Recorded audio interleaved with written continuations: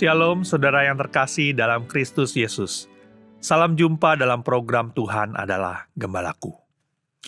Saudara, di dalam perjalanan pelayanan bersama dengan Tuhan Yesus, para murid sering belajar melalui percakapan-percakapan sederhana yang ternyata memiliki makna yang dalam. Karena itu mari kita bersama-sama membaca dari Matius 16 ayat 5 sampai dengan 12. Pada waktu murid-murid Yesus menyeberang danau, mereka lupa membawa roti. Yesus berkata kepada mereka, "Berjaga-jagalah dan waspadalah terhadap ragi orang Farisi dan Saduki." Maka mereka berpikir-pikir, dan seorang berkata kepada yang lain, "Itu dikatakannya karena kita tidak membawa roti." Dan ketika Yesus mengetahui apa yang mereka perbincangkan, ia berkata, "Mengapa kamu memperbincangkan soal tidak ada roti? Hai orang-orang yang kurang percaya? Belum juga kamu mengerti? Tidak kamu ingat lagi akan 5 roti untuk 5.000 orang itu dan berapa bakul roti kamu kumpulkan kemudian? Ataupun akan 7 roti untuk 4.000 orang itu dan berapa bakul kamu kumpulkan kemudian? Bagaimana mungkin kamu tidak mengerti bahwa bukan roti yang kumaksudkan? Aku berkata kepadamu, waspadalah terhadap ragi orang Farisi dan Saduki." Ketika itu barulah mereka mengerti bahwa bukan maksudnya supaya mereka waspada terhadap ragi roti, melainkan terhadap ajaran orang Farisi dan Saduki. Saudara, di perikop ini, Yesus memberikan satu peringatan penting. Waspadalah terhadap ragi orang Farisi dan Saduki. Namun para murid langsung salah paham. Mereka mengira Yesus sedang berbicara tentang roti. Padahal Yesus sedang berbicara tentang sesuatu yang jauh lebih berbahaya daripada kekurangan roti, yaitu pengaruh yang merusak iman.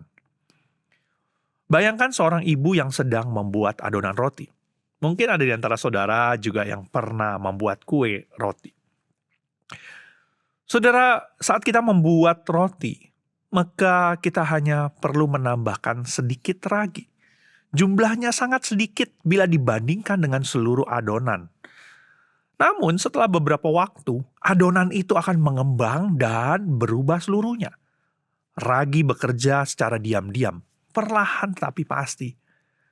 Itulah sifat ragi. Karena itu, di dalam Alkitab, ragi sering dipakai sebagai gambaran pengaruh yang menyebar.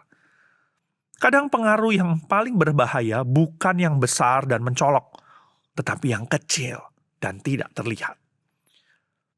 Cerita ini dimulai dengan sesuatu yang sangat sederhana. Ayat 5 berkata bahwa para murid lupa membawa roti. Dan Yesus berkata, waspadalah terhadap ragi orang Farisi dan Saduki. Para murid tentu saja berpikir, mungkin Yesus mengatakan ini karena kita lupa bawa roti. Ini menunjukkan sesuatu tentang para murid. Mereka masih berpikir secara harafiah, bukan rohani. Yesus selalu menegur mereka dengan lembut tetapi tegas. Mengapa kamu memperbincangkan soal tidak ada roti? Hai orang-orang yang kurang percaya. Yesus kemudian mengingatkan tentang 2 mujizat besar yang baru saja mereka saksikan. 5 roti untuk 5.000 orang, dan 7 roti untuk 4.000 orang. Yesus akan berkata, kalian sudah melihat aku memberikan makan ribuan orang. Masihkah kalian khawatir soal roti? Masalah mereka bukan roti. Masalah mereka adalah kurang percaya. Lalu Yesus menjelaskan maksudnya, waspadalah terhadap ragi orang Farisi dan Saduki. Akhirnya para murid mengerti bahwa Yesus sedang berbicara tentang ajaran mereka. Apa yang dimaksud dengan ragi itu? Ragi orang Farisi dan Saduki adalah pengaruh ajaran yang kelihatannya rohani. Tetapi kenyataannya menyesatkan. Farisi terkenal dengan orang-orang yang legalisme. Mereka menekankan aturan luar, tetapi seringkali kehilangan hati yang benar. Saduki terkenal dengan orang-orang yang rasionalisme. Mereka menolak banyak kebenaran rohani, seperti salah satunya kebangkitan. Kedua kelompok ini berbeda, tetapi keduanya memiliki satu kesamaan. Mereka tidak mengenal hati Allah. Dan Yesus berkata, waspadalah, waspadalah. Kenapa? Karena ajaran yang salah tidak selalu datang secara terang-terangan. Seringkali masuk perlahan-lahan seperti ragi. Saudara, peringatan Yesus ini masih sangat relevan sampai hari ini. Kita hidup di zaman di mana pengaruh rohani datang dari berbagai arah. Media, pengajaran, budaya, bahkan dari orang-orang yang kelihatannya sangat rohani. Tidak semua yang terdengar rohani benar-benar berasal dari Tuhan. Kadang ragi itu berbentuk yang penting terlihat baik di luar. Yang penting sukses, yang penting nyaman, yang penting populer. Padahal Injil sejati berbicara tentang pertobatan, kerendahan hati, salib, ketaatan kepada Tuhan. Yesus mengajak kita untuk apa? Berjaga-jaga. Tidak semua hal yang kita dengar, yang kita lihat, harus kita terima. Kita perlu memeriksanya, memastikannya bahwa semua itu benar sesuai dengan kebenaran firman Tuhan.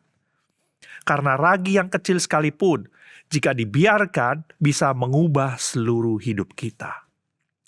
Saudara yang terkasih, Yesus tidak hanya peduli kepada kebutuhan jasmani para murid, tetapi juga menjaga hati dan iman mereka. Karena roti yang habis bisa dicari lagi, tetapi iman yang rusak oleh ajaran yang salah bisa menghancurkan hidup. Pengaruh kecil yang salah bisa membawa dampak yang besar. Karena itu, marilah setiap kita selalu kembali kepada firman Tuhan sebagai dasar iman kita. Dan marilah kita meminta Tuhan menolong kita agar memiliki hati yang peka. Peka mengenali apa yang benar dan apa yang menyesatkan. Mari kita bersatu dalam doa. Ya Tuhan, tolong kami untuk setiap kami boleh sungguh-sungguh mengenal kebenaran akan firman-Mu. Tolong kami Tuhan supaya kami tidak terpengaruh dengan ajaran-ajaran yang salah. Saat ini informasi begitu banyak, sangat mudah kami dapatkan melalui media sosial. Kami bisa mengakses begitu banyak pengajaran-pengajaran. Melalui grup-grup yang ada di WhatsApp, kami bisa mendapatkan postingan-postingan tentang ajaran-ajaran tertentu. Tapi biarlah Engkau yang menolong kami untuk kami boleh menjaga hati kami, iman kami, sehingga kami tidak terpengaruh dengan ajaran-ajaran yang salah. Tolong kami ya Tuhan, biarlah kami boleh memiliki iman yang benar, dan iman kami boleh terus kuat di dalam Engkau.